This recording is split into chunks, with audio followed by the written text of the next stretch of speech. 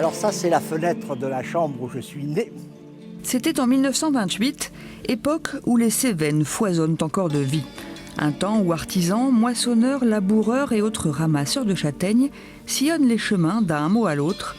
Un mode de vie qui sera bouleversé quelques années plus tard avec le Front populaire, les congés payés et la semaine des 40 heures. Et tous ces ouvriers qui travaillaient quand même de façon très dure, je vous assure que pour faucher ou pour planter des pommes de terre, il fallait avoir du courage.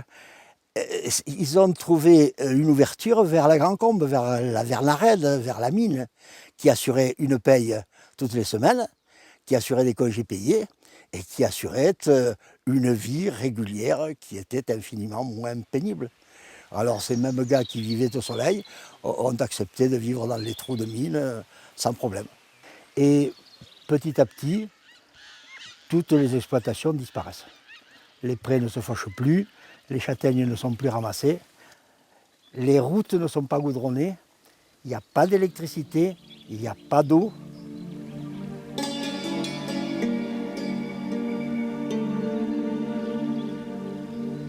J'ai trouvé absolument intolérable de voir un pays que j'avais vu très vivant, très intéressant, dépérir complètement.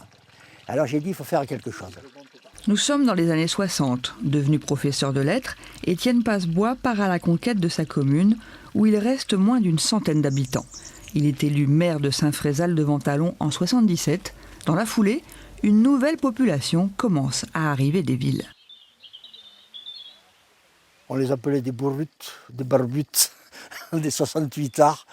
Ils n'ont pas été bien accueillis. Globalement, ils n'ont pas été bien accueillis. Et il y a eu même des communes, une commune en face là-bas, qui les a littéralement rejetés, en disant on n'a pas besoin de ces gens-là, qu'est-ce qu'ils viennent faire ici? En plus, quand même, ils avaient des mœurs qui n'étaient pas tout à fait conformes à la rigueur sévenole, à la rigueur protestante. Ça fumait un peu la pipette, on avait quelques scènes qui étaient assez pittoresques, des relations avec les vêtements qui n'étaient pas conformes à la mentalité du pays. Donc le choc a été quand même réel.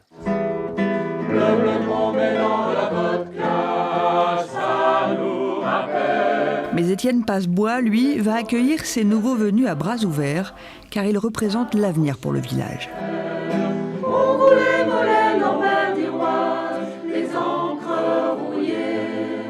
Alors c'est vrai qu'il y en a quelques-uns qui n'ont pas résisté au premier hiver. Se sont rendus compte que les chèvres, c'était bien beau, mais il y en a quelques-uns qui ont compris qu'il y avait la possibilité de faire quelque chose. Et ils ont fait un effort considérable. Ils ont inventé des métiers, ils ont créé d'autres activités, et ils se sont implantés, et ils ont réussi. Et c'est un succès pour le pays. Aujourd'hui, Saint-Frézal compte près de 200 habitants permanents. Les anciens 68ards ont pris la mairie, animent la chorale, se battent pour conserver les services publics. Les Cévenols de souche, il ne reste que 2 familles.